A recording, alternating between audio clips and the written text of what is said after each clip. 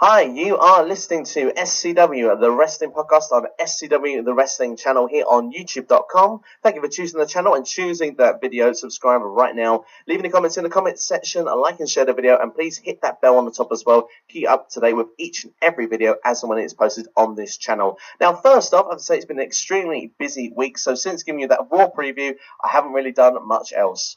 So, I do apologise about that, but at the same time, I'm here now, and what we're going to do is we're going to do the week in WWE. So, this is in podcast form, so I'm joined by George Jones. George, how are you doing? I'm very well, Steve. How are you this evening?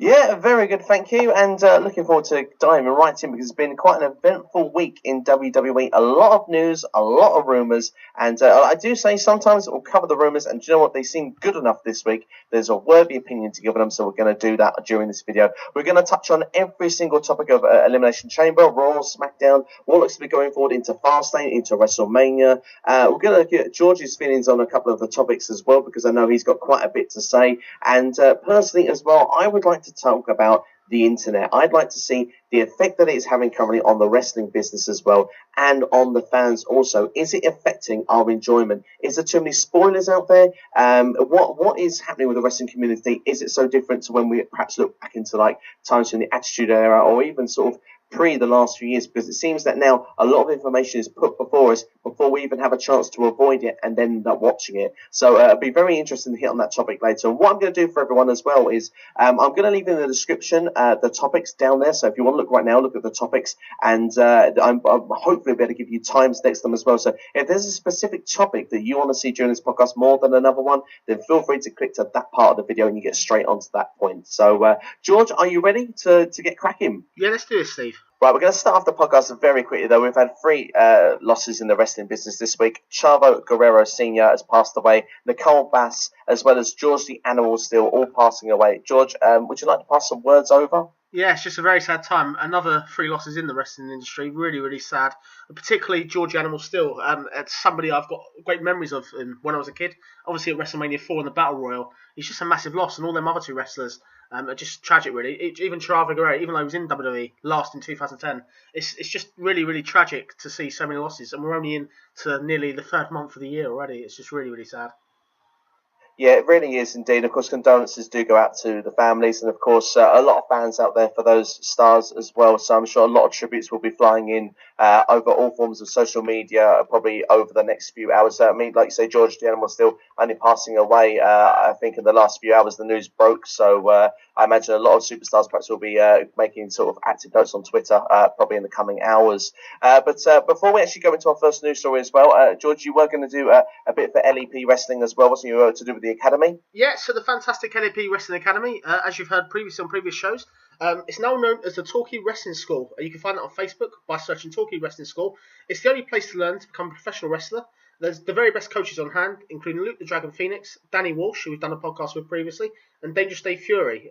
What I recommend, anybody that's interested in this, they can find out more by going online on Facebook. If you do want to join, sessions run as follows. Tuesday's a fitness class between 5 and 6 p.m, £8 a session or £5 to members. Tuesday's adult class of wrestling is 6 to 9 p.m, and that's £15 a session.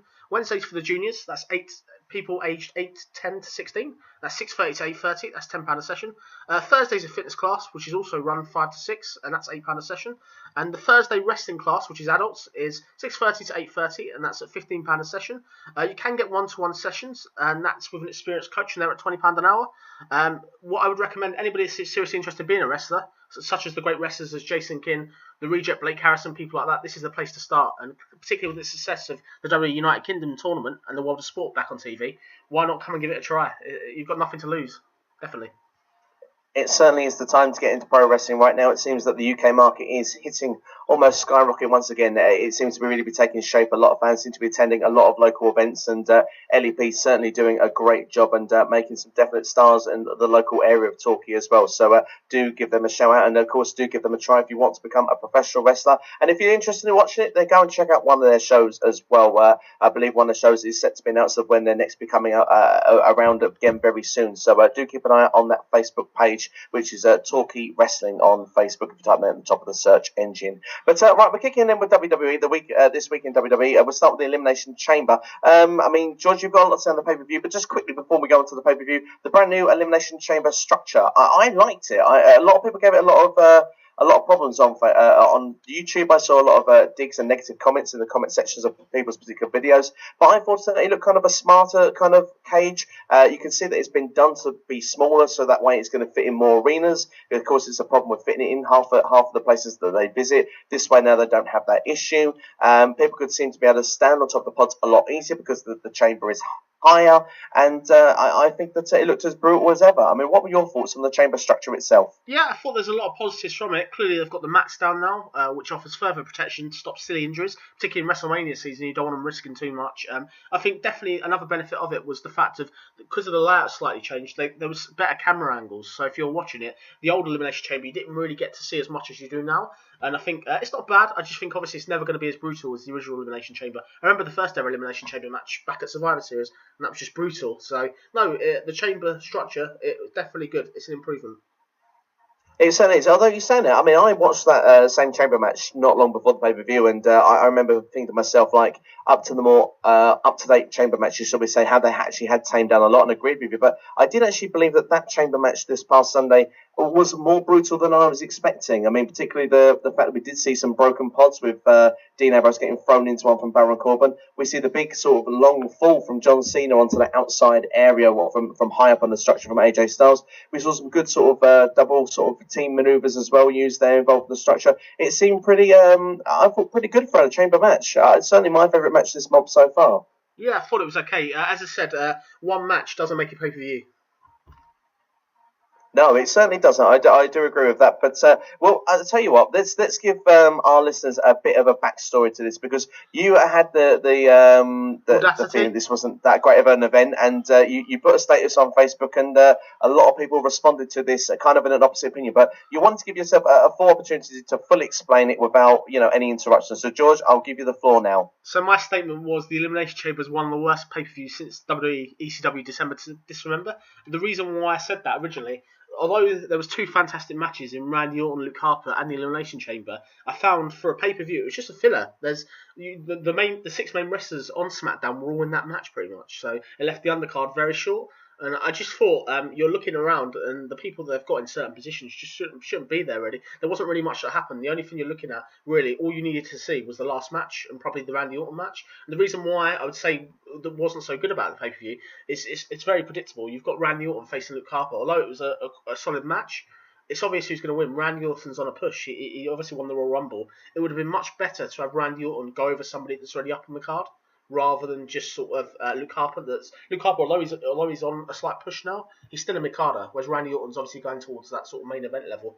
Generally, obviously, Randy Orton's on the way to potentially win the belt at WrestleMania, if that match obviously happens. But no, I think Elimination Chamber, it was okay. I just thought it lacked blood, that goes with the whole, not WPG, if that makes sense, but I really thought that for a pay-per-view, they might as well just done that one match. They didn't really need to do anything else on the pay-per-view. Although, it was nice to see the Shocker Naomi win the belt, but I don't know if that was wise. I think that was just done really just because of the up-and-coming sort of matches, if that makes sense, just to get that sort of something different. If it seems to be WWE at the moment seems to be liking to change belts all the time off people. Well, I mean, a lot of points there thrown in a very quick time there, George, and I can agree with the blood. Of course, it's a nice touch in such a brutal structure. We probably should see it in more matches all throughout the year, really, in WWE, if it's going to have that sort of, shall we say, hint of realism while we're suspending our disbelief. But, to look at it as well, though, I mean, I thought there was a lot of nice touches in some of the earlier matches. I thought that I can agree with you that perhaps the card, looking at it from outside, didn't really seem that appealing.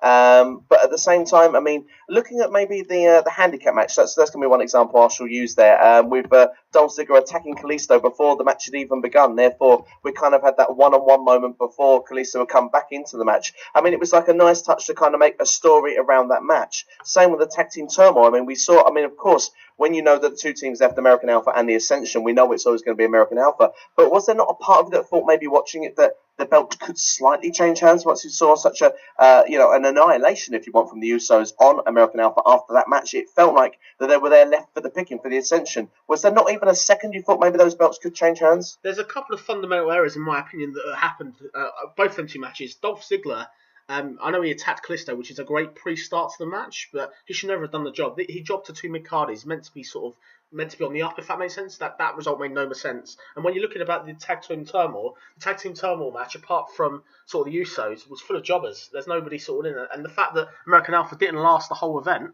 I thought they came in last. It was obvious they were going to win, to be fair. And I think what would have been much better and much nicer twist, in my opinion, would have been if American Alpha got the win at the end, then another team comes out, and that team would have been the Revival. I think that would have been a much better shock than you generally would have had sort of a world-class tag team title match on the pay-per-view. So I can agree. I mean, that would have built perhaps something towards WrestleMania, but of course, it looks like we've now started the program for American Alpha and the Usos with that sort of attack that happened in the match there, and it seems that that's kind of been stemmed for almost really about 4 to 6 months back. But going back onto the attention, though, you clearly there wasn't a second there when you thought when they come in that maybe they could win. No, definitely not. The Ascension, no offense, rest in peace. One of the members of Legion of Doom. I just thought they're just a poor man's Legion of Doom. They're a cross between Legion of Doom and Demolition. One of them was suspended for a drug rehab previously, and they've just got no chance. Do you not think that's the one thing SmackDown kind of lags? It's great that they're building up cruiserweights and all these other wrestlers, but yet the tag team division is still short. There's only almost a few tag teams that are at that level, if that makes sense. It's so dependent on American Alpha at the moment. I'd really like to see sort of the Authors of Pain come up, somebody like that. Really, I think they would really add a lot to that division. I would agree in time. The only thing I would say there, because it's kind of a two-part answer, really. Yes, I mean, SmackDown has more tag teams than Raw does. So technically, if SmackDown is lacking, then Raw certainly is as well. Because, I mean, it's simply, although they may have the bigger tag teams, they have less tag teams to go around with. So it's kind of harder to make something of that tag team division. But when you look at SmackDown, I just think that they kind of utilize their teams better. And of course, yeah, they may be seen all as jobbers, but I kind of feel the Ascension come out looking a bit better here. Almost they haven't now looking at that same sort of level. I mean, you looked at their tag team match on SmackDown this past week. It was probably one of their better efforts, and you can actually hear the commentary teams are not, knocking them down. They're kind of trying to build them up. They kind of almost feels like a slight reputation that almost they are now slightly above Breezango and Vaudevillains. Okay, yes, they might not be tag team championship quality, but of course, the job here of the SmackDown brand, they can only work with the superstars they've got on that brand, and the writing team are trying to kind of propel every superstar they've got and make them worth something on the card, which is one thing I can say for SmackDown over Raw, because Raw doesn't do a great job of doing that. See, everyone seems to be at the same level as when they started in the brand split, maybe minor 1 or 2, where SmackDown, I feel that a lot of people have actually excelled, Yeah, definitely. I think the only trouble I have with it is if you look at that match result, the tag team turmoil match, you've got people such as the Vaudevillains getting beat in less than 2 minutes. It's just like not very credible, and it's just continually people that it was only ever really going to be the Usos or American Alpha that were going to get the win. If that makes sense. I didn't really generally buy that American Alpha would lose this. If it makes sense, it was a decent match for a mixture of people in the ring, but I really thought that it was a pre-show match. It didn't really belong on the main card. If that makes sense. No, I can understand that, and that's an opinion. It's a respected opinion. The one thing I would say about the NXT tag team division as well, though, is that if you did call up now a Revival or an Authors of Pain, there is a serious hole in that division. I mean, NXT, Triple H has said recently that he is not happy with the NXT product because the draft basically took some of his roster up, and he doesn't feel NXT is providing the same sort of entertainment that it was before. A lot of those stars now moved up to the main roster, and perhaps, if anything, they need more people in the NXT roster. So, unfortunately, I think until we get some more teams in there, of course, the women's division certainly can't afford to lose Oscar at the minute. Until we get people filling those areas in, and perhaps even the main event scene as well, with Joe now coming up to the main roster, I can't see many people being called up at the moment without a lot of new sort of additions being made to NXT first. What is your opinion on that, George? Yeah, I think if we're looking at what we think will probably happen in terms of NXT, clearly after WrestleMania you're going to get the annual call-ups. I think it's pretty clear to see that Ty Dillinger will be coming from the main roster. I think he's had the trial role in the Royal Rumble, so I think that's one. I think you potentially maybe eventually calling up Nakamura as well. I think that has to happen. But as you said, there is a major shortage all across all the brands with tag teams and people like that. It's just one thing I'd like to see WWE have. I'd like to see them have a serious tag team division rather than just 1 or 2 teams trying to carry the whole federation, if that makes sense. Is this where part of the draft fails at the minute? I mean, would it be better really if... the women's division, I think, goes with this as well, because particularly on Raw, I think we've seen every match possible at least 5 or 6 times. There's no way of making it fresh now, the women's division. Would it make sense for the women's division, the tag team division, to be across both shows? Because then that way the champions can float between, and then obviously the matches remain a bit fresher each week. Yeah, I think that's a fantastic idea. I agree with that point. I think certainly it'd be great to see the belt on both brands, if that makes sense. I really think if they come together, that would also increase your roster pool to who you could do. I'm really, really intrigued to see. I personally think for me, I would really love to see an Osaka versus Charlotte match. I think that's sort of what they should be building, really. Obviously, Osaka's pretty unbeatable. Charlotte's never lost on pay-per-view in a singles match. I think sort of that's something they should be working towards. I'm very surprised they're not going to sort of do champion. If Charlotte helped the belt, champion versus champion, it would have been sort of something special for WrestleMania, rather than potentially this 4-women tag team match, or not 4-women tag team match, 4-women singles match, which anybody can win. But I do think if I'm going to make a prediction now, I think the way they'll make the women's division interesting, I think we're going to get Sasha Banks heel turn. I think she'll cost Bayley the title at Fastlane. I think that's the way they're going to go. I really predict that now. I'll put the money on it now, actually. I've heard a rumour today, and I'm not sure how legit this rumour is, but I have heard a little rumour that, of course, Bayley is the new Raw Women's Champion, by the way, winning on Monday Night Raw, that the scene is going to be planted it for that Sasha heel turn, starting with Monday Night Raw this week, because of the fact that Bayley is going to be in her hometown, and rumour has it that she's going to be stripped of the championship due to Sasha Banks' interference in that match.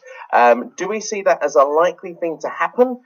Does it make sense to happen? Because Dana Brooke got involved on behalf of Charlotte as well. And is this going to build something towards the Fastlane pay-per-view? Potentially. I think what would be great is if it was stripped, if she was stripped and it became vacant, then you got the Fatal 4-Way at WrestleMania where anybody can win it, if that makes sense. It makes sense to me, to be fair. I think the ultimate aim WWE want, I think they want Bayley to be crowned champion at WrestleMania. I think that's the way they're going. But no, that storyline would make much sense. I think that perfectly would run in line with the way currently WWE is going, particularly with Stephanie McMahon sort of running the show. If that makes sense, with Mick Foley sort of being a passenger, I think, I think that probably will happen. I think that's probably quite likely.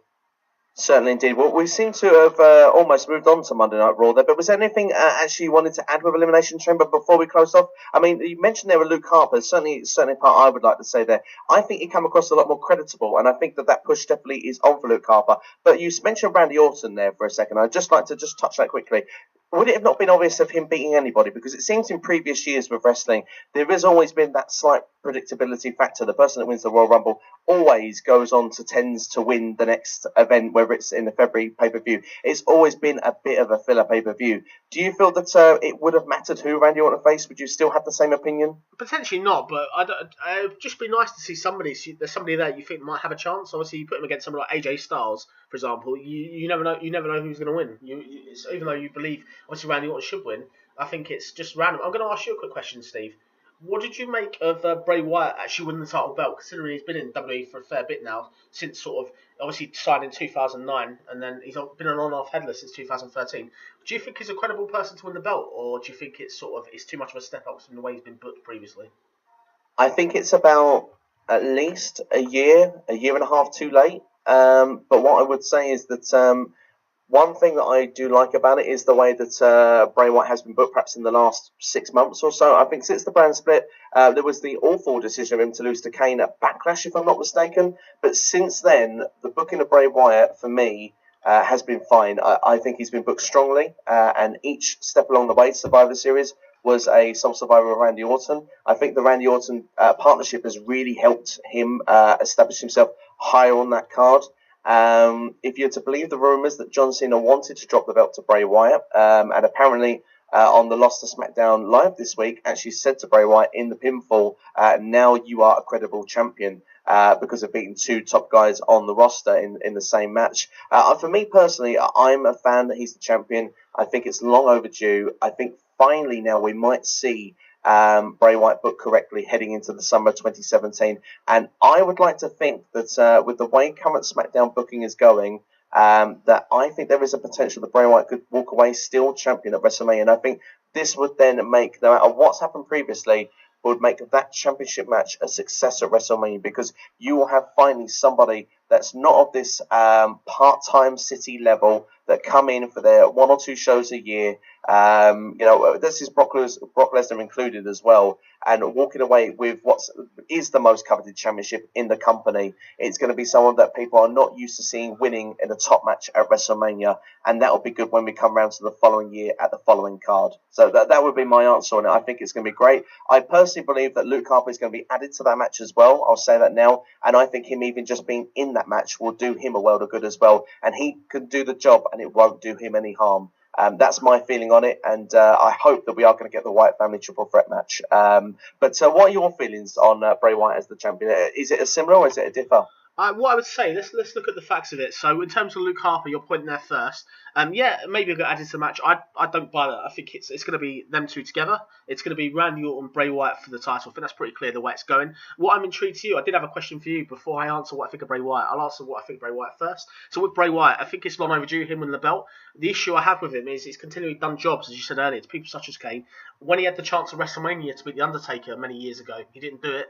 And I think the way Bray Wyatt's been built now, it's almost like a comedy character. It's come left field. What I would ask you, Steve, is in this feud between Randy Orton and Bray Wyatt, who would you like to see be the good guy, the face, and who would you like to see be the heel, the bad guy? How do you think they should book this if they're going to book it?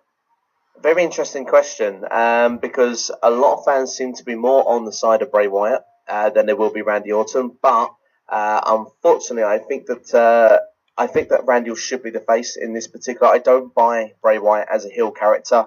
I think if Bray Wyatt turned into a face, he'll turn more like a broken Matt Hardy style character, and I don't think that would be good. I would like to see, if that was ever to happen, I'd like to see broken Matt Hardy back in WWE. I wouldn't want to see it under Bray Wyatt. I like Bray as the heel. He seems quite dominant at the minute. And for me personally, yes, there's been many bad years of booking before, but no one's been booked great apart from Roman Reigns really in the last 3 or 4 years. On a booking of strength. So I think that there is time to recover it, and we always knew that perhaps for the last 2-3 years, it's what's made perhaps wrestling more exciting than watching it itself is who is going to be the next people at the top, who is, is that transitional period where we're going to probably have 4 or 5 real new main eventers in the next 3 or 4 years, because looking at it, Goldberg and the Taker are not going to be there in 2 years' time. Lesnar won't be there at some point. Cena won't be there in 5 years' time. We need the new blood to start going to the top of the card. And I actually believe that even though we may have seen some mistakes in the booking in the past, SmackDown Live has done a better job, as I've said, of booking people and elevating them. I think that Bray Wyatt could be one of these people going forward. I really hope so. He's certainly got the charisma, particularly based on his heritage as well. I'd love to see him sort of have a regular run with a belt, but I think now I'm going to put my money on it. I think Randy Orton's going to win the belt. I don't like to say it. I've got one last question for you before we move on, Steve. What do you make of WWE hot potatoing this title belt? They really never needed to give it to John Cena, did they? Why couldn't they just go AJ Styles in the Elimination Chamber, dropping it to Bray Wyatt that way? I thought that would have been much better. Or it's almost like John Cena's little title run with his victory at the Royal Rumble has been sort of overshadowed now. It didn't mean anything, almost. There is an argument that could be true, and I wouldn't say that WWE's booking is perfect. I think that they perhaps should have made a bigger deal of him equaling the record of Ric Flair, but the reason it was dropped, in my personal opinion, is because I think they want to do that particular storyline for the 17th world title, and I think that is going to happen. And if I had to predict it, I would say that it's going to be only a WrestleMania. So I think that could happen in New Orleans next year. Cena is expected to be away from the company again in the summer this year. Rumours are that he's not going to be around from after WrestleMania and not even going to be back by Money in the Bank, if my understanding is correct. But I would turn around and say that I think John Cena is probably not going to be in WWE all the time now. He's going to be more part-time, like these part-timers. But Cena has done so much in WWE, and although, yes, we've not always been on board with John Cena, it's going to happen, and he's already had the most WWE championships or world championships under that company. Ric Flair had them in other different places. John Cena is, as far as I'm concerned, the record holder already. So it makes sense that he wins a 17th world title. Yes, going back to the point of your question, was it perhaps too short of a run? Yes, perhaps. Would it have made more sense that AJ Styles dropped it for a rivalry with Shane McMahon? Yes, perhaps, because AJ Styles could have had more of a groan that he didn't win the belt or didn't have the opportunity to defend the belt at WrestleMania and was put through this horrible structure to defend it. Perhaps that would have made more sense, yes. But at the same time, you see on Talking Smack this week, AJ Styles still moaning that he's not got a one-on-one rematch, and Daniel Bryan agreeing with it. So, I mean, maybe along the line, Shane McMahon's going to be the one that says, no, you had your chance when Daniel Bryan booked it, and that's where it's going to be going forward. I do believe there's a plan in place of how that rivalry is going to take forward. So, I think with the Royal Rumble, just to finish the question off and back onto John Cena, I think it was the right place for him to win the belt, because I think the Royal Rumble needs to be elevated again. It was losing its credibility for a couple of years, and I think that certainly the undercard really helped put that back up to the number 2 pay-per-view of the year, and I think that victory from John Cena really did help it. Yeah, definitely. I think I think it's great just to see that sort of shock of John Cena win the Rumble almost. But I don't know. I'm intrigued. I just hope that if Randy Orton does win the belt at WrestleMania, that he's not then going to drop it the following month. Hopefully. Well, I mean, of course, no one likes to see a hot potato of a championship belt. It does lose a little bit of credibility if it does that. Of course, Raw kind of want to make the Universal Championship on par with it. So, I mean, if they've got a longevity champion and the other one's swapping about a bit, maybe people might look at that belt as more important. Maybe that could be their strategy. You don't really know what's going on backstage, really, with that sort of stuff. But it'd be very interesting to see how it does play out. But I do kind of feel that, personally, for me, for this to now not be a wrong decision, Bray needs to carry that belt into the summer, at least until May time or June. I think would be a great time for Bray to keep that hold of that belt. Yeah, definitely. I've sort of got one last question before we move on. So potentially this year's WrestleMania, we could have up to 9 title matches. Is that too many, would you say? Is that just It's right? Night of Champions about 4 months early. Yeah. For me, it's far too many belts. I don't see the credibility. I don't think we're going to fit all the belts on, actually. I think that 2 or 3 championships are going to be in the kickoff. I think the SmackDown Women's Championship could be one of them, and as well as their tag team titles. I think that could be on the pre-show as well.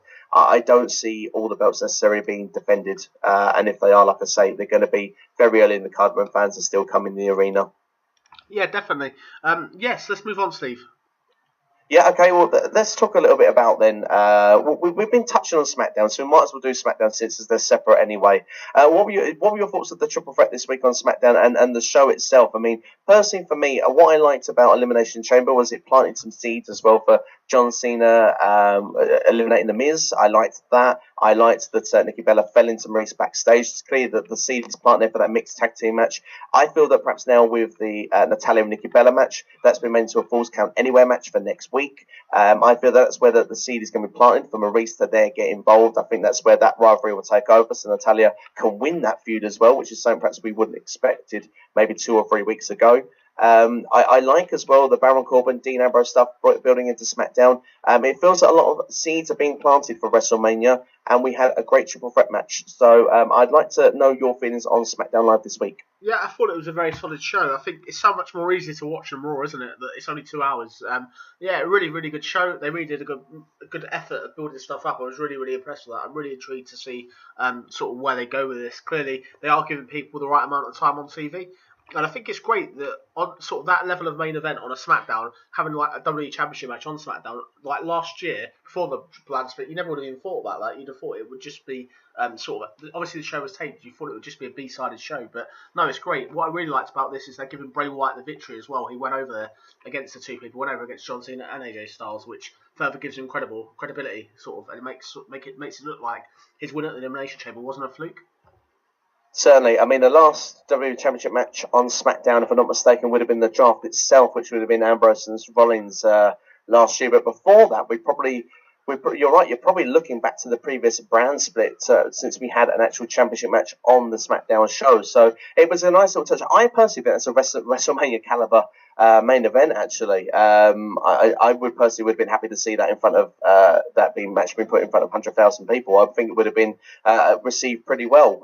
Do you think that it was a bit of a surprise that match of that caliber was given away on free TV? Oh, I think it just shows what WWE are currently trying to do. Clearly, we never got a level of that match last year. It's just amazing how much things have sort of improved in that respect. This is almost the match equivalent of the Monday Night Wars, isn't it? Like when WWE Raw was going against Nitro, they'd give something away. But no, fantastic match. I think what this match did do was it gave Bray Wyatt the credibility. It's almost like at the Elimination Chamber, it was almost like he managed to achieve a miracle. Like you didn't actually buy it that he'd done that, but the fact he got that win and he's still strong, it's great. I love the way that they teased Orton and Wyatt again as well, so you never know. I'm really intrigued to see how that feud's going to build down. But as I said, the Battle Royal next week does add a bit of sense of mystery. I'm intrigued to see what they're going to do and how they're going to get out of this. But I think wouldn't it be funny if Randy Orton enters himself and then wins that as well? That would just be a bit weird, wouldn't it? It would kind of seem a bit unnecessary, but I mean, what are your thoughts over this Battle Royal? Because you seem a bit before, like when I mentioned Luke Harper, that maybe that possibly wouldn't be an option. What would you feel is going to happen? Do you feel it could be a white triple threat, or do you think it's going to go down a different road? Have they changed the plans? Is AJ Styles going to find a way back in? No, I think AJ Styles and Shane McMahon, that's locked, unfortunately. Although, I don't know, I can't really see a triple threat at WrestleMania.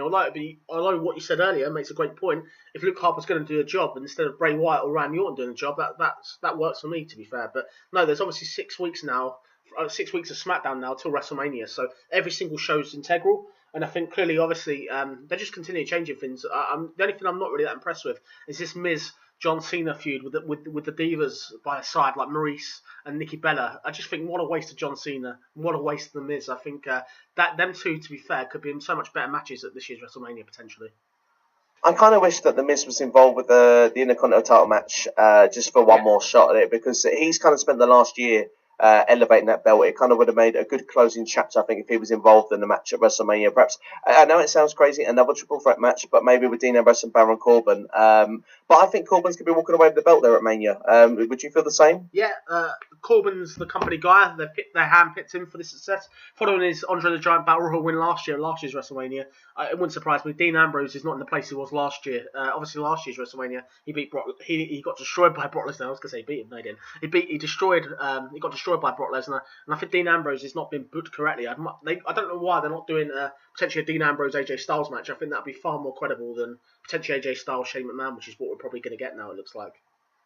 I do agree with you, but I mean, again, we've had the match already probably a program less than 2 months ago when it finished at TLC. So, I mean, it's kind of hard to put them in the same matches. I think it seems to me that the way that the real program would have started off and would have been envisioned going forward was Randy Orton and AJ Styles for WrestleMania, because those two still haven't faced off in any way, shape or form. And it seems that AJ's almost faced everybody else. So for him now to be facing Shane McMahon feels like the deck must have been reshuffled at some point, because that really doesn't seem clear to me of why they would do that. But it's a match, unfortunately, it seems to be locked in, like you say. And although I'm not particularly looking forward to it, I'm hoping that AJ Styles is going to walk away with a Mania victory. It's the only way that can really conclude in a good direction for myself personally. But we'll go then and swap then to Monday Night Raw, which I think had some plus points this week. Of course, like you say, Raw is a longer show, and I think everyone says the same. It's tough to sit there for 3 hours and watch that show. It's not the greatest thing in the world, but they have to do it, I suppose, financially. It makes no sense to drop it at an hour because of the fact that they have it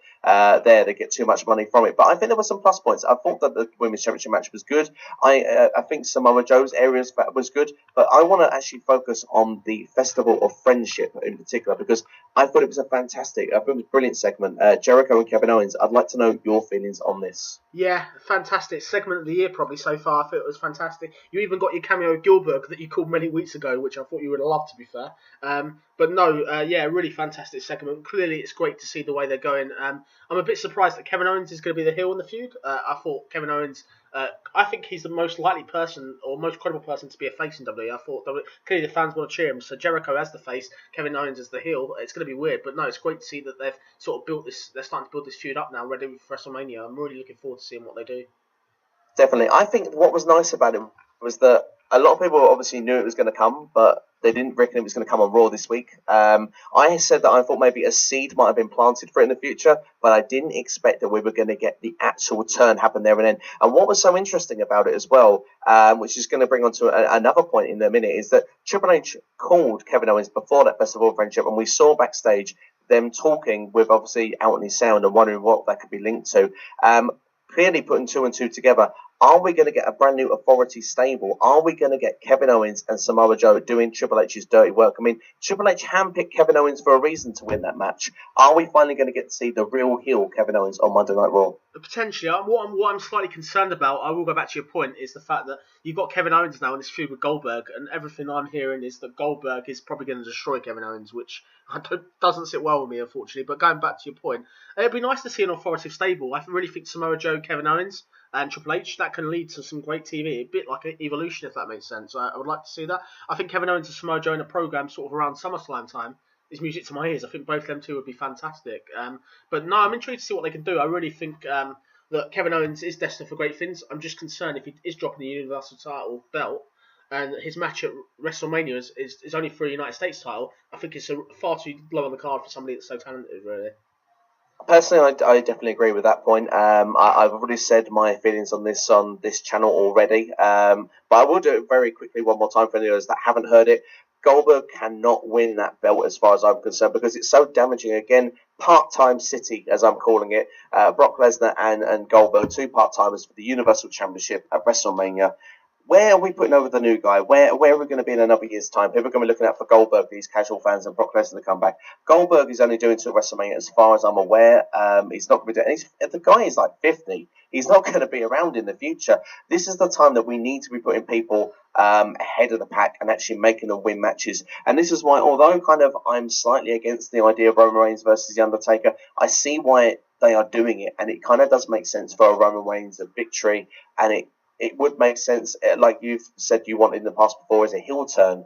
It would be great if we finally got that. I don't know if we're necessarily going to get that, because I think they really love the idea of the face. Some people love him and some people hate him, and we can book him as a face because he's going to get that John Cena style reaction. But I do think maybe it's going to get a really bad reaction, but it probably is the right booking move. What's your feeling? Yeah, let's go through the points then, basically. Going back to Goldberg Lesnar, as I said, the concern I have with that is if Goldberg does win the belt, he's only going to drop the belt. He's only going to drop the belt to Brock Lesnar. Once again, you're hot potatoing the title belt when there's no need for it. I think that's totally damaging. And the only way I can see him getting out of this situation and keeping Goldberg credible is an interference, a DQ. But a DQ finish at a pay-per-view, do you risk that? That's the question. But going back to sort of what you said then, I just think it's really, really hard for them. They're in a hard place at the moment. I really think it's very hard. In terms of Roman Reigns, clearly at WrestleMania, when he faces The Undertaker, he's going to be booed. So it makes sense for him. That's the place for him to do a heel turn. That's the place for him to do the shock heel turn, I think. I don't know if WWE would do it. If Vince McMahon changes his mind, Vince McMahon obviously sees him still as a babyface, which is concerning. But I remember the heel turn Stone Cold Steve Austin did when he joined Vince McMahon. Remember how shocking that was? I think if Roman Reigns turned heel at WrestleMania and got the victory, I think it'd be perfect. Him getting serenaded and boos. I think instantly you've got a number one heel in the company now, and it's people that somebody will get behind. He can go on to a higher level as a heel. As a face, he's not going to be able to escape this. I don't think he's going to be able to turn it around. He's not going to do a Rock. He's not going to do a Rocky Maivia, which was booed all the time, and all of a sudden people love him for no reason, if that makes sense. People hate Roman Reigns, despite him being a fantastic worker. He has to be a heel. It's long overdue. And I think WrestleMania is the place to do it. And if you're talking about shocks, WWE aren't providing too many shocks at the moment. That would be shocking, I think. Yeah, certainly.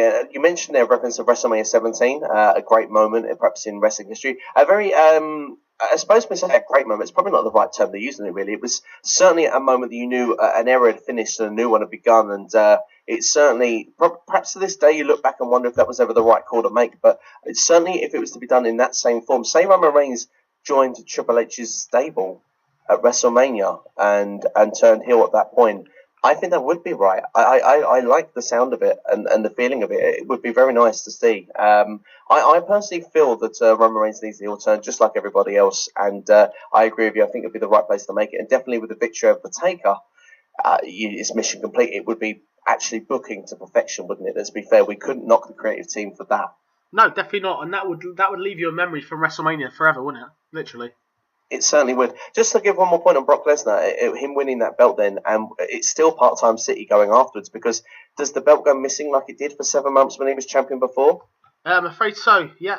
So that will go missing again. The trouble is, how do you get the belt off Brock Lesnar again, unless you're going to do a triple threat or have him job, or Money in the Bank cash-ins, or this lot? It's just going to be a total fluke, really. I'm really, really concerned if that's the case, but unfortunately, it does look likely. So I do predict that Goldberg will win the Universal title, that Brock Lesnar, unfortunately, will beat him at WrestleMania.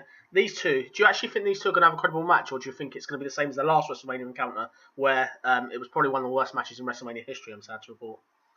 I think it's going to have to go longer than what we've got at Survivor Series. It can't be another one of those matches. We've had that twice now, and we're probably going to get a third time with Kevin Owens, which is even more of a worry. Because if Kevin Owens survives twice as long as Brock did, I mean, that's not going to look good on Brock to begin with. So I'm a bit worried how that match is going to play out at Fastlane to begin with. But going on to Brock itself, yeah, I think the match has to go a bit longer at WrestleMania. I don't think it's been the greatest match of all time, but I think it will be better than the encounter they had before. I think that both of them want this to be better, so I think that they will make it better. So I have a bit more confidence in it than what I did before. I just think the match is enough of an attraction match without a belt, and unfortunately, unless we get put after Fastlane and Kevin Owens is still Universal Champion, that's going to be my main gripe about this match, which is probably going to be mentioned every time until we get past Fastlane, and it will continue until WrestleMania if Goldberg walks away with the belt. Definitely. I'm intrigued to see what they do. I think clearly the next 6 weeks are going to be very interesting. Certainly are. The other rumour as well coming out from ringsidenews.com is that Brock Lesnar has actually quit MMA. He's no longer actually going to be on the UFC's roster. Apparently, he's not going to be involved there anymore. This must be great news for WWE. He must be staying put, and we can look forward to maybe some more big-time matches going into the summer, maybe another program of Reigns somewhere, Samoa Joe. The possibilities are endless. Yeah, definitely. I think clearly since his doping scandal in UFC, I think he's clearly where the money's at for him is WWE. In WWE, he's a monster. Obviously, it's all predetermined. Whereas UFC, he's in there with real sort of people that could actually do some damage to him. If that makes sense. I think Brock Lesnar is a great cameo. I'm intrigued to see how long he persists in wrestling. Do you remember last time when he got bored of wrestling, he went into sort of American football? Do you think we're going to see a Brock Lesnar meltdown at some point this year, or do you think he's now locked on because he's got his part-time schedule? He's quite happy just coming in for cameos here and there. I think because he's got the deal he wants, and every time he renews it, he seems to get even more money. And when he comes in for these extra appearances, he probably gets another fortune handed in his pocket. I think he's happy with how things currently are in WWE. I can't see him walking away at the moment. I personally think we got him at least until WrestleMania 34. Of course, it's too far ahead to then predict after that, but I reckon we've definitely got him for the next little bit. If I'm not mistaken, his contract, I think, runs past into that sort of time zone anyway, so I think we've definitely got him till then. We'll go on just to one more part of Monday Night Raw, and Emelina. That was a big deal for a lot of people. 17 weeks of promos, visualettes, of seeing that she was going to come onto our screens as this new character.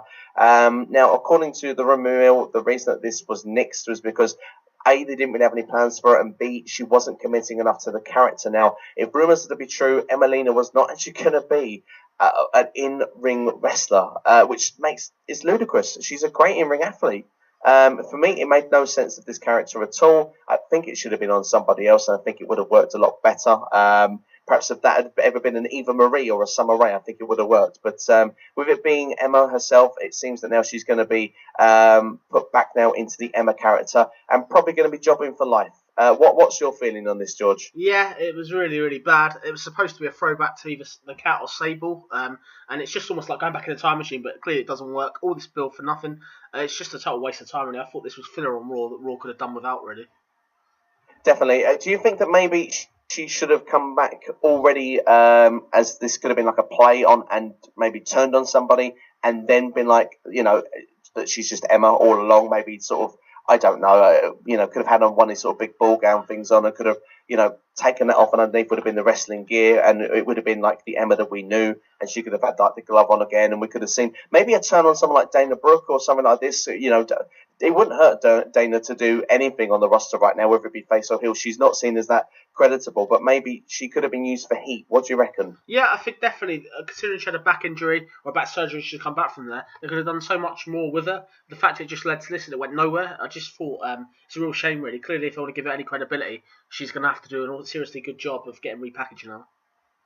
Do you think that she's going to be jobbing a lot after this? It feels like there's a lot of blame being put on her for why this character hasn't worked. I think Nia Jax, although she's a heel, needs to beat somebody to beat down. I think Emma could be that person. I really think there's far better people, particularly sort of people such as Azuka in NXT and people like that should be on the main roster instead of Emma. I'm sorry to say that, but that's the way it is.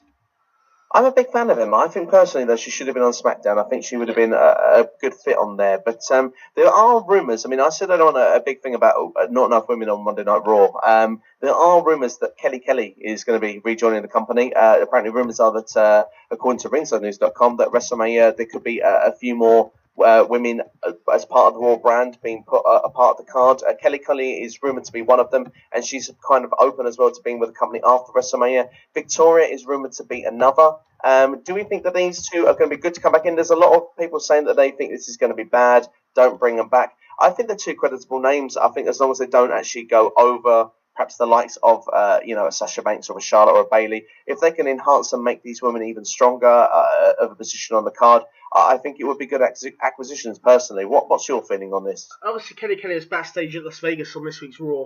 So, yeah, I'm not really too bothered about Kelly. I don't think she adds much. I think certainly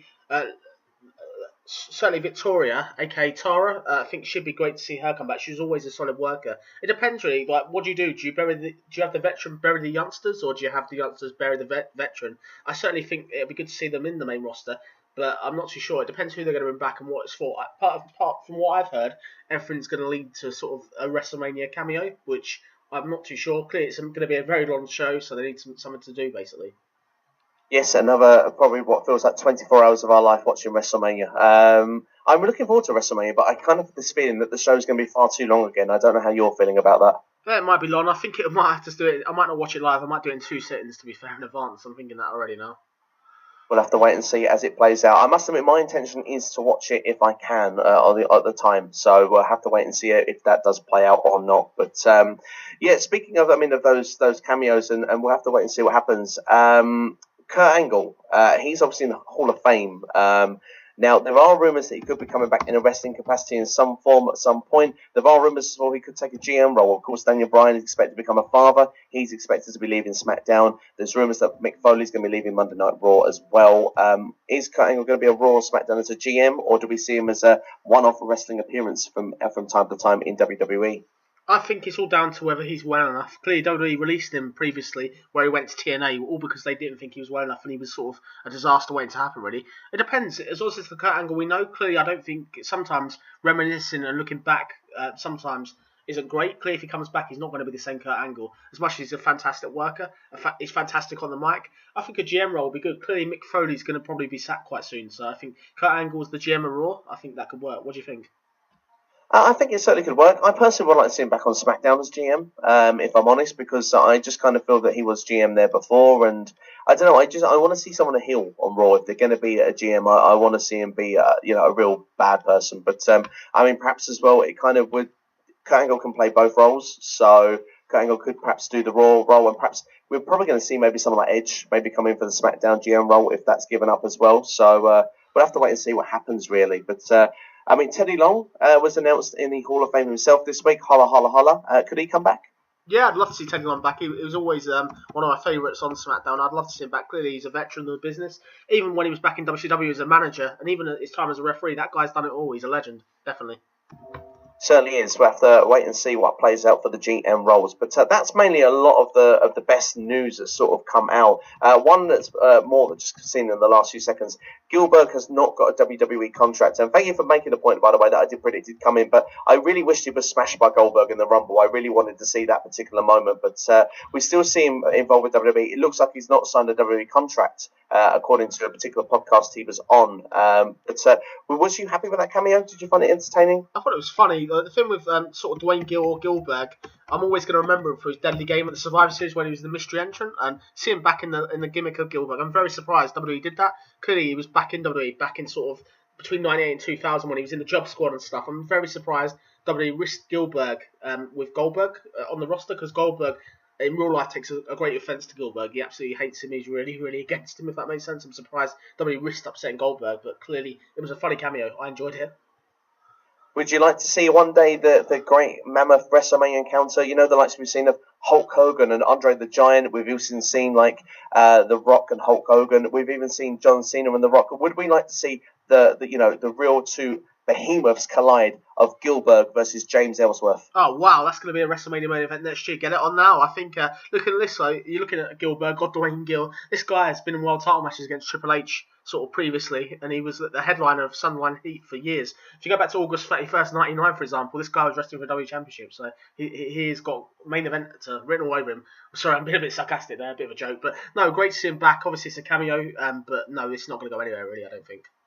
No, I think it's definitely one-offs, but I think that's a lot of the news stuff covered, but I certainly would love to talk about a lot of the internet itself, because I'm trying to avoid a lot of the spoilers. I've never been a fan of spoilers, and on this particular YouTube channel, I've always tried to make sure that I don't ruin the entertainment for the people watching. I don't want to say something and say this is definitely going to happen. I'd rather say this could happen. We've seen it. I mean, we can talk about it and see what happens. But sometimes, especially a lot recently, there seems to be a lot of information that's coming out, particularly from the likes of maybe a Dave Meltzer, and it seems to be. A lot of it seems to be happening, and it's a bit of a worry, because as a fan that doesn't want to know what's going to happen, you look at it and say, well, that ruins the enjoyment, because when you come along and let's take your favourite basketball, NFL, football, soccer, whatever you watch, if you know on that live game how it finished, do you go back and watch it? A lot of the time, no. You wouldn't sit there for 90 minutes watching the whole thing. You might watch the highlights at best, but does that mean with WWE that you'd do the same? George, give me your feelings on this. Yeah, I think it's a very controversial subject. Clearly, obviously, when you put it like that, you're probably not going to go back and watch it. Unfortunately, there are leaks in WWE this year that have leaked out pretty much a lot of everything, really. A lot of things have been leaked out to what's going to happen. And I think what's even more worrying is if you are a bettor or if you're a gambler, clearly if you go onto a gambling site, for example, I'm not going to name any on this podcast, you can see odds. Certain people on Sunday were 1-20 to win matches, which Naomi, for example, was 1-20 to win a match. And then you're looking like that, that's a cert. So that means a shock. If you look at that, it means you're pretty much on a Friday or a Saturday the results of the pay-per-view. And they're not wrong. They're very, very wrong, very rarely wrong, which makes a lot of this is down to the internal information. Do you think WWE should do a better job at keeping things secret? Or do you think this is sort of the way it is now? There's no way of keeping things secret in 2017? A bit of both. I kind of wish that they would keep things in better. I mean, clearly, obviously, this isn't Vince McMahon handing out notes to people saying, by the way, this is going to happen. It's clearly someone, perhaps maybe, I don't know, around a friend of someone in the company or something. There's got to be a leak somewhere where this information is coming out. And it seems that the leak must be a pretty good source because they seem to be getting a lot of things right. But personally for me, I would prefer if it wasn't coming out because I remember the good old days, and we always go back and say half about the Attitude Era and stuff like that. There were shocks, there were swerves, there were things you didn't see coming. Now, I mean, the last real big shock that no one saw coming was Shane McMahon returning. Now, that was kept in very well because no one even thought was Shane McMahon for a long time, which is probably why it didn't get cut loose. If someone's injured, I mean, you look at Seth Rollins when he come back, everyone was harping on when he would come back. It was speculated for months that he'd be back at WrestleMania, then the following event. Then when he did come back on the other event, it didn't seem such a surprise because we've been talking about it for 3 months on the internet. So it kind of feels like that at the moment, that's the way social media and the way the world has gone, it feels like it's hard to avoid this stuff now.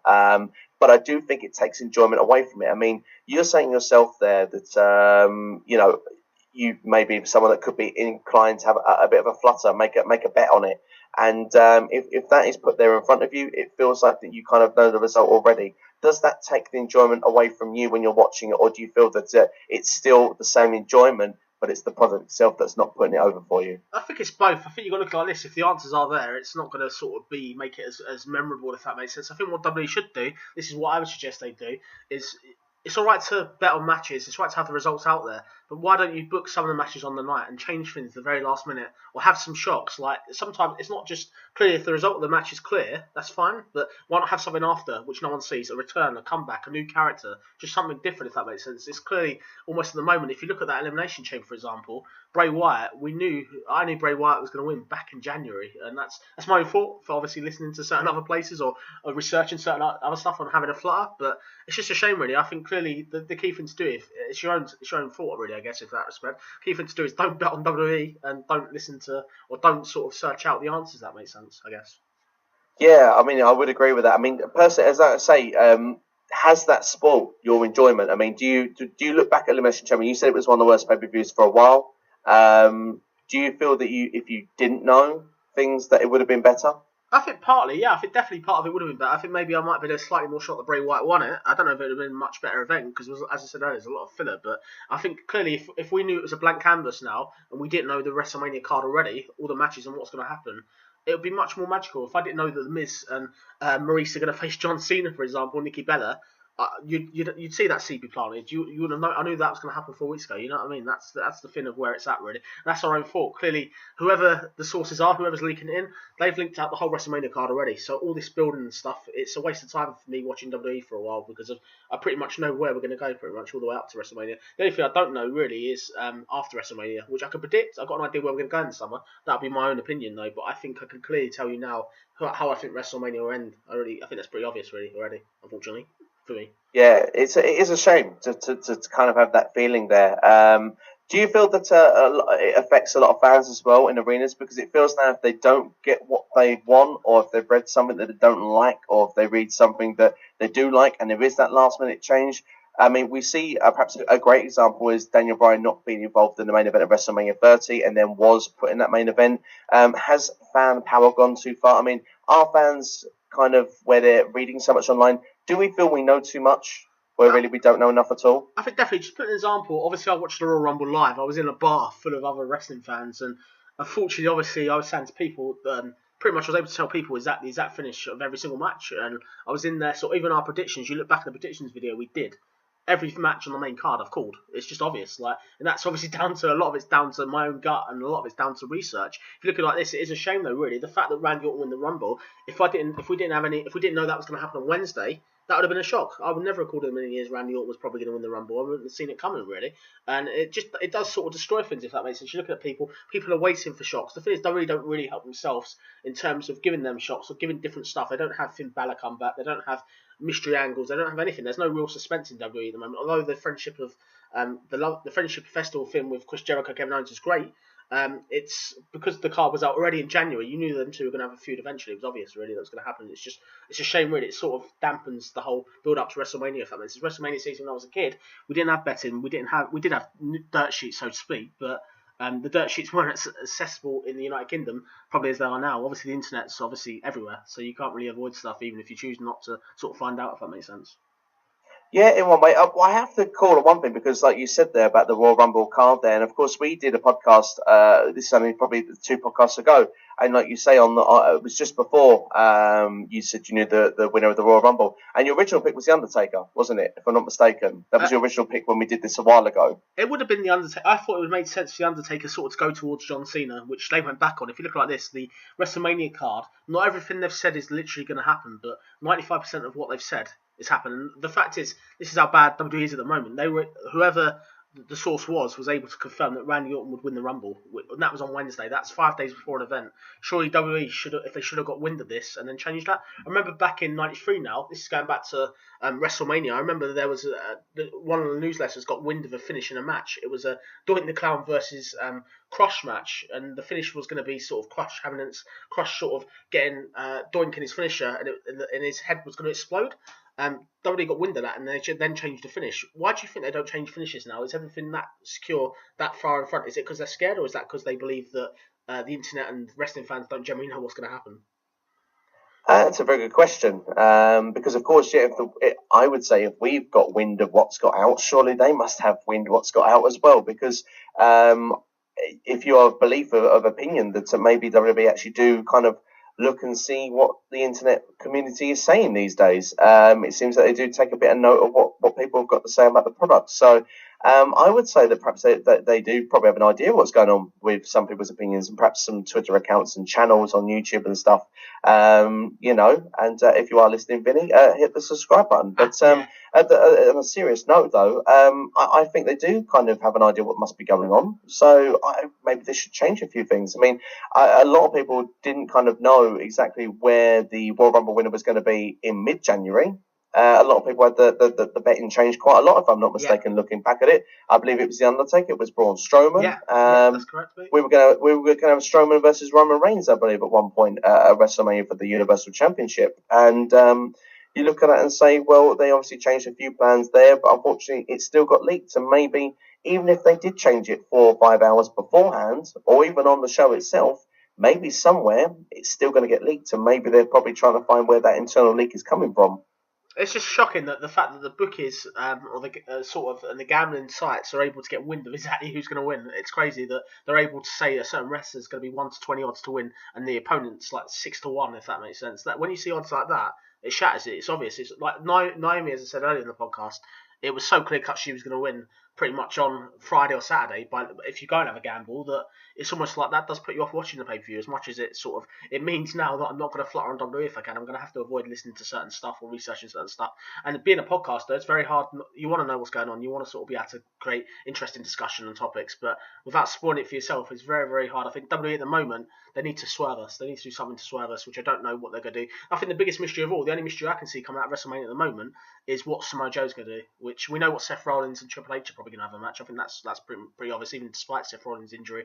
It's more who Samoa Joe's going to face, and that's the only intrigue for me at the moment, unfortunately. Which I hope there's more to it than that. But I think WWE now, it'd be good if they totally switch things around. If it's not the WrestleMania card that we knew 5 weeks ago, almost, or 4 weeks ago, shall we say? Yeah, I mean, to be honest, really, I would love to see if we were all completely swerved and we're all Yeah. given this information we're all wrong. I'd love that. I don't see that kind of happening though, because like we're saying, we've seen some of these seeds planted in. And personally, for me, I've taken myself away from some of these dirt sheets because I mean, a lot of the news that I was reporting last year. I mean, I did so many different videos on the channel, tried to keep up to date all the time, update, and a lot of it didn't come true. And you sit there and go, I'm giving my opinion on something sometimes, but you knew when you were reading it wasn't going to happen.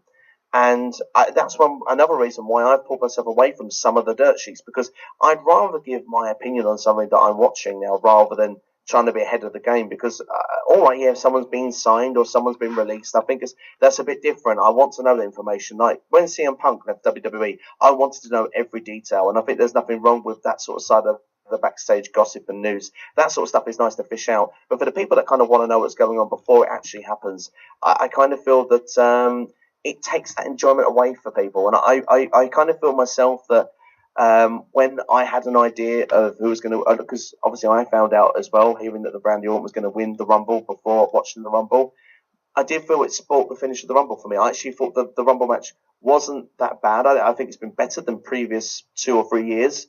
But I don't think it's the best Rumble we've ever seen. But definitely some nice touches in writing there. But when you look at the finish of the match itself, for me, I just thought it was a disappointing end, because once it got down, I think to the final, I think 4 or 5 people, I knew that Orton was winning it. I actually kind of half wanted Reigns to win it when I saw they were down to the final 2, just because of the fact I'd heard Orton was going to win it. And I personally, for me, I think I would have marked out had I not known. I think I would have been kind of happy that Orton had won it for that Steve, moment. Just a quick question on the Royal Rumble. I don't think we've properly covered this.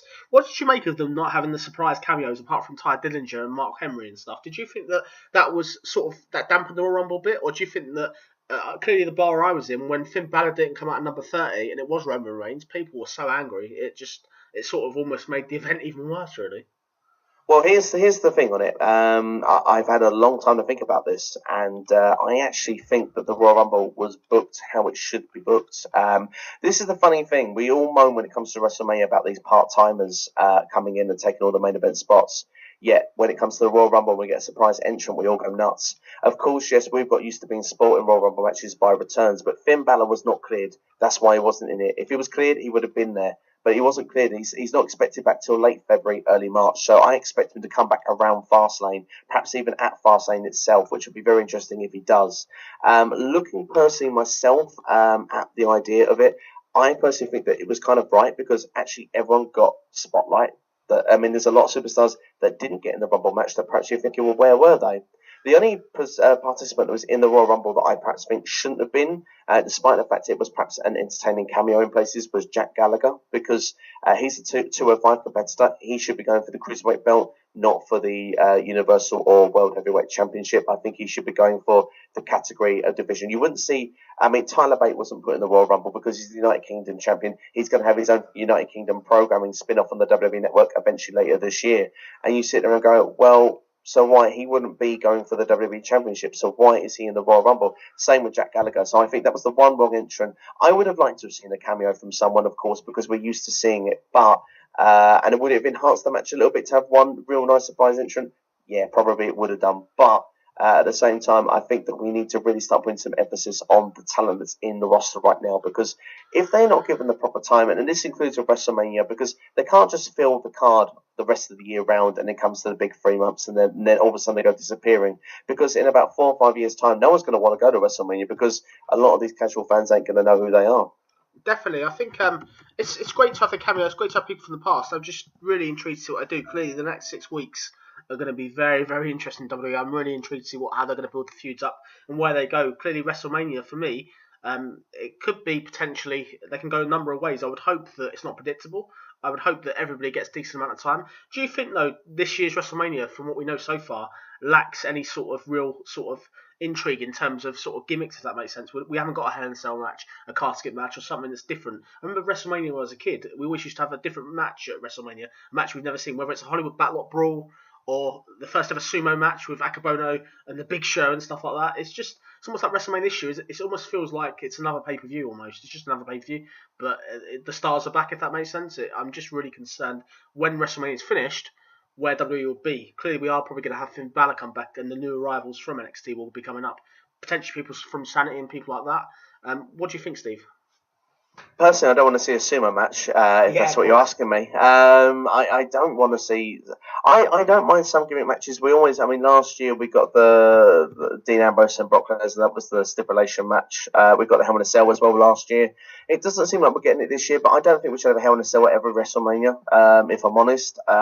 I don't think we always need gimmick matches. I think maybe one in the card just to break it up somewhere would perhaps be nice. But the greatest WrestleMania of all time, in my opinion, was WrestleMania 17. Of course, we had the hardcore title match that went all over the arena.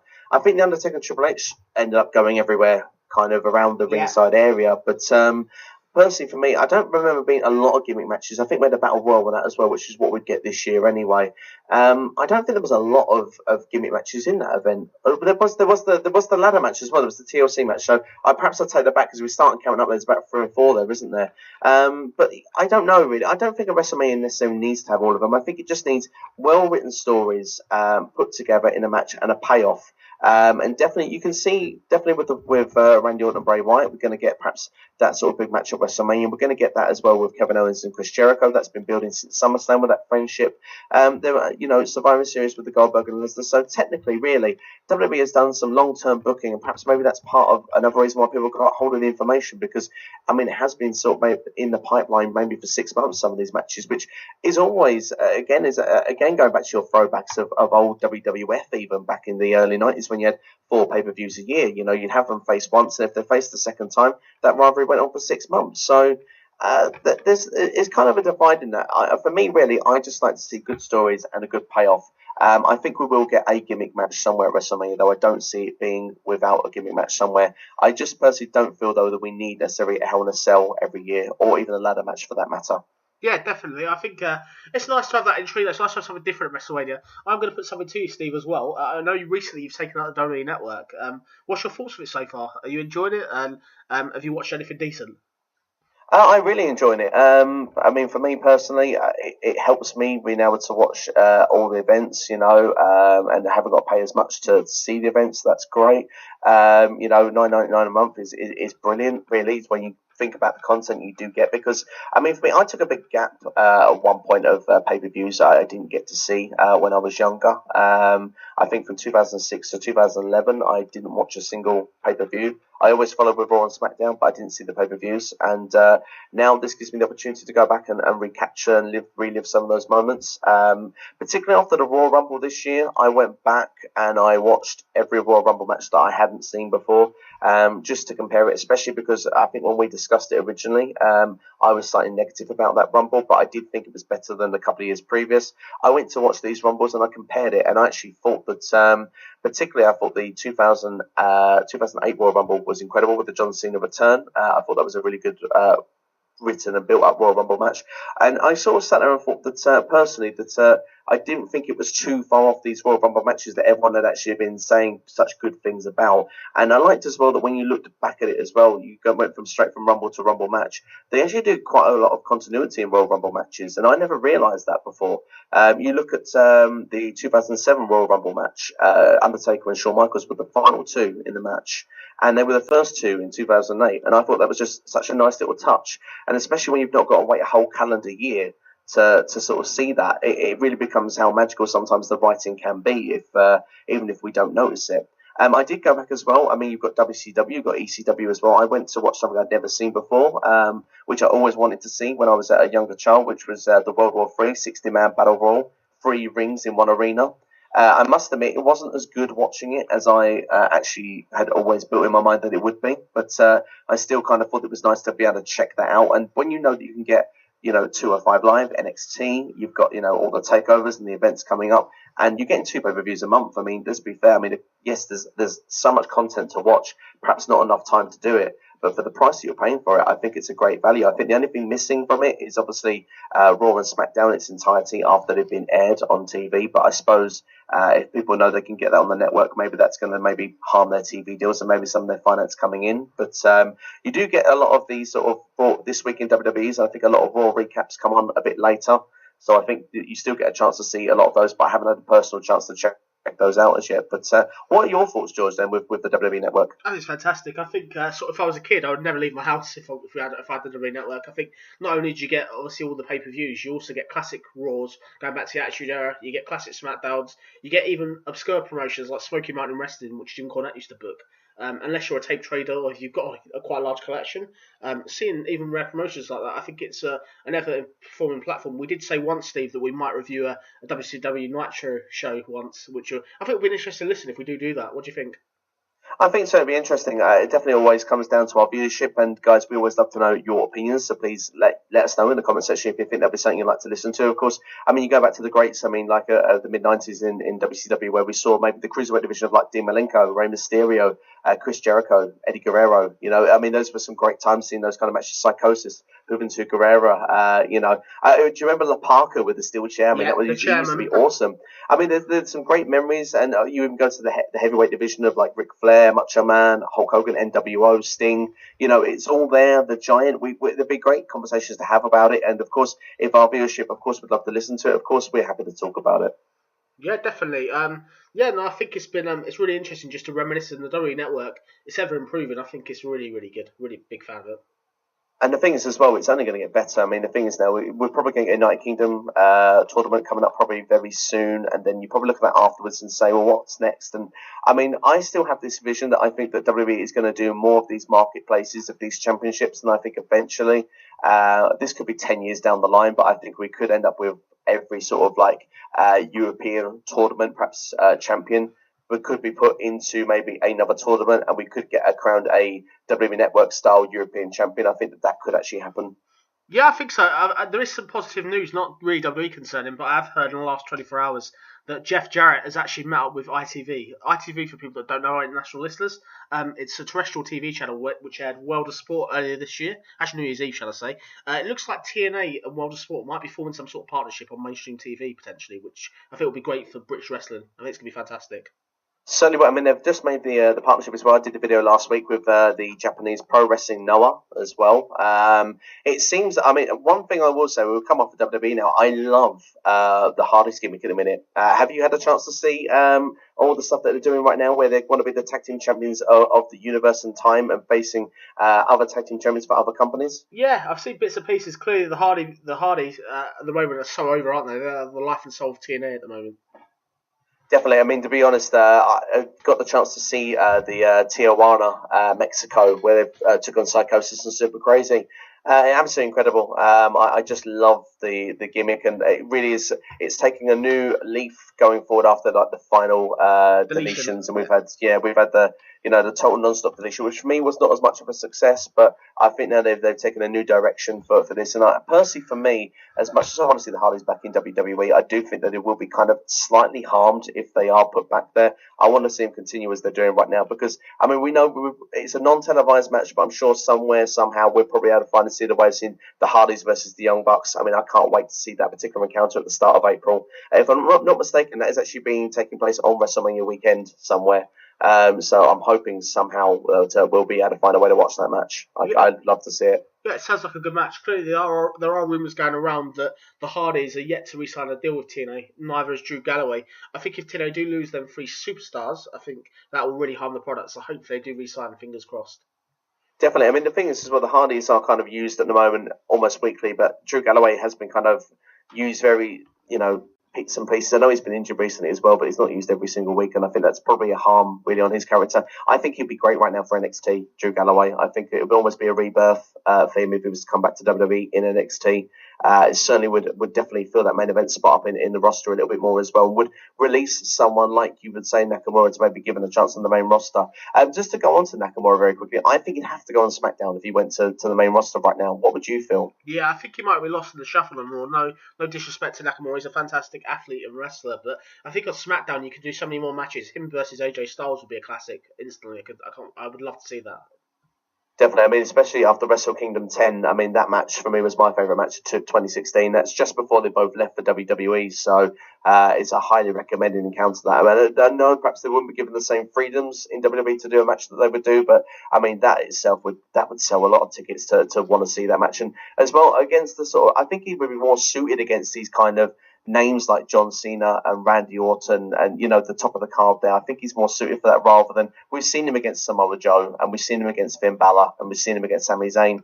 We could do a scene against the people on the SmackDown roster. I think it would go down a lot better. And I think as well he would have perhaps less television time, which I think would then perhaps give him better for his on-mic time because he'll be more limited. Yeah, definitely. I think it'd be great. Whenever he does come up, I'm sure he'll get the right push and the right go. I think clearly him and Bobby Roode have had some fantastic matches in NXT, and I think so it's only natural really for Nakamura to come up in April. I'm really looking forward to seeing whether they do that or not. Well, that's the other question. I mean, do you think they're going to come up straight after WrestleMania, or do you think they're going to wait for the draft? It's entirely down to what state WWE's roster is, really. If there is going to be another yearly draft, do you think that's what they're going to do, Steve? Do you reckon they will do another draft this year? I've heard it's on. I've heard it's definitely on. I've heard if rumours are right, then AJ Styles should be on Raw within the next 6 months. I tell you what, I'd really love to see. I'd really love to see a three-way feud between NXT, Raw, and SmackDown around Survivor Series time, like a massive power struggle. I think if it's booked right and people are given equal credibility, if that makes sense, you've got top stars on each brand, if that makes sense. I think that could be something of the ages. That could almost be like the Invasion, but done right, if that makes sense. Do you feel that maybe, because I'm going to take that same point you just said then, I think it would be great if it was to happen. I don't see it happening because I don't see WWE burying NXT. I just feel that would be such a bad move to do. But do you feel that, of course, Triple H's stable seems to be based off NXT guys and the superior guys of Samoa Joe and Kevin Owens, if that stable is going to take place? Do you feel that maybe with one more perhaps NXT superstar or tag team, like a Revival, for example, that maybe they could make an incredible stable like that, and that could be the groundwork for when maybe it comes around for later in the year? Potentially, I would hope that sort of whoever does come up does get the right push. I'd hate to see somebody come up and do sort of a Tyler Breeze and literally just be jobbed into oblivion. Same with Apollo Crews. Despite his win this past Sunday, I still think he's never really found his feet. It's continuing the people they think to push up, besides the obvious people such as sort of Sami Zayn and other people. I think generally the NXT people they push up either sink or swim. I really hope the people that do come up swim, if that makes sense. Do you think that they should go back, like Tyler Breeze and the Pro? Should they be given the chance to go back to NXT? I mean, we've seen Cassius Ohno has been re-signed now. Chris Hero is back in WWE as Cassius Ohno. And we see this week on NXT. We've seen the screen saying he's returning. Now, I haven't checked into the spoilers, but from my understanding, he's going to be put towards the top of the card pretty early on. Do you think that would help if Apollo Crews and Tyler Breeze came back in the mix, and all of a sudden NXT then would have perhaps a lot bigger roster straight away, and they could perhaps be replaced by the likes of a Ty Dillinger who could come into their spot and perhaps make more of that position than what perhaps those superstars currently are? Yeah, I'd hope so. I'd like to see sort of whoever comes up get the right push. The people that I think are going to come up, I think it's obvious to me that Insanity are likely to come up. I think Vince likes the whole big man thing, and Insanity are full of quite a lot of big people. I think Eric Young's really, really credible. My personal favourites, this probably ain't going to go down too well, so it might go down like a lead balloon, is Authors of Pain. I really like them. Although they've been nicknamed Limited, I think they've got a great gimmick, and I think Paul Ellering really adds a dark sort of side to them, if that makes sense. I think personally there's got more chance for me of Authors of Pain right now, but for me, like I said, the tag team division needs more depth. I mean, TM61, if it's Shane Thorne, I believe is on the shelf for a long time, so that was I think was always the plan to put TM61 over as the champions by the time later in the year the Authors of Pain might have gone up.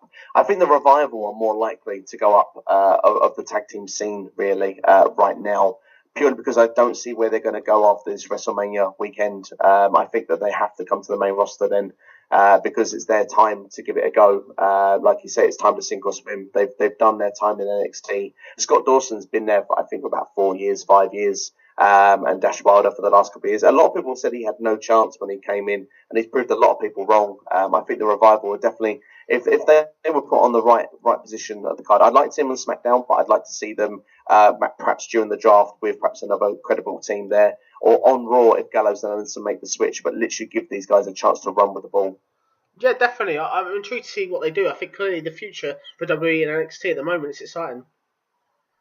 It certainly is. I mean, that's one thing we can say is that win, lose or draw with a lot of the matches and our favourites, it's definitely an exciting product. And I just feel personally for me, going back onto that spoilers thing, I want to keep away from it as much as possible, because I think that for a lot of people as well, I think that when they watch the product, I think they want to enjoy it there and then. And I mean, the thing is, even when you wait, if you miss Raw, you see what has happened after it's happened, and sometimes you hear what's going to happen before you even go on. I mean, Mickey James's La Luchadora was sport for a lot of people as well, and I think they really did a good job because they tried to really cover that up. I mean, it was clearly not Mickey James under the mask for the first couple of times, and I thought that was a great way of trying to avoid the spoiler getting out. But unfortunately, it still got out. But I do think it's a very exciting period for WWE, and hopefully, as we go on towards 2017 continues, hopefully that Meltzer won't get so much right, and we can all sort of have a bit more, should we say, mystery going to events. And if we can get a bit more special writing, of course, it always adds to it more. Definitely, I really hope that there's less spoilers, but I'm not that confident, unfortunately, that that's the way it's going to be. I think whoever is leaking at the moment, clearly, I can't see that stopping anytime soon, unfortunately.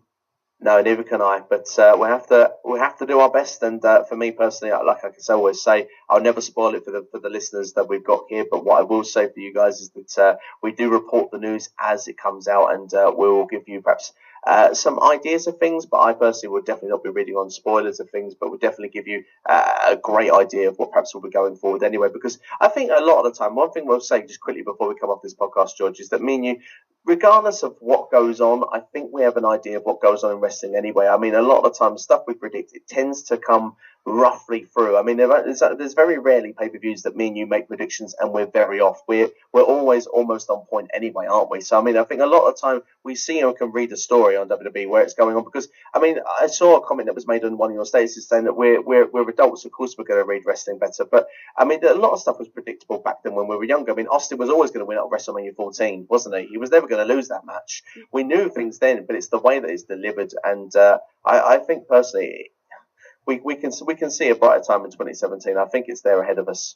Definitely, I really hope so. I really think, obviously, the next 6 weeks are like Christmas for wrestling fans, WrestleMania week, build up even. So, no, really looking forward to see what they do. Hopefully, we'll both be wrong, and hopefully, our WrestleMania predictions will be wrong this year. I would like to see that. We'll wait and see on that one, though. I would love to be wrong for pay-per-views. I mean, I think that's one thing with a lot of people that do predictions. They like that kind of feeling that they want to be right. But I'd love to be wrong because just purely because I want to be proven wrong. I feel that I know a story when it's coming on TV, how it's going to play out. Like I'm pretty confident. I'll say it now. I think Luke Harper's going to win that Battle Royal, and I think that it's going to be used to a point where Randy Orton's originally brought in as a triple threat match to just give Bray Wyatt the edge. And I think as we go more towards WrestleMania, I think that turn is either going to happen at Mania or it's going to happen during. If it happens at Mania, I see Randy Orton winning the belt. If it happens before, I see Bray Wyatt sneaking away over Luke Harper. And then I see a program with them two at the following pay-per-view. But that's, like I say, that's me just trying to read the story at the moment. But I want to be proved wrong. I hope that maybe someone comes completely out of left field and wins that Battle Royal on SmackDown. And half of that Mania card that we thought was true is then just being thrown up in smoke. Yeah, definitely. I would love to see that. Fingers crossed. Fingers crossed indeed. Well, I'll tell you what then, we'll call it there then. But just like to say thank you for everyone that has been listening to this particular podcast. This is WWE This Week. You can subscribe to the channel right now. Leave any comments in the comments section. Hit the bell on top as well, please. Keep up to date with all videos as and when they're posted. As well as that, I'd like you to like and share the video. Let's put the word out there of SCW. Trying to see if we get some more subs out there. Like George says, it's 6 weeks to WrestleMania. This is the time that a lot of wrestling fans are involved. So let's try and see if we can spread the word to as many of them fans as possible. But George, thank you for joining me as always. This has been SCW The Wrestling Podcast on SCW The Wrestling Channel here on YouTube.com. Take care and we will see you next time.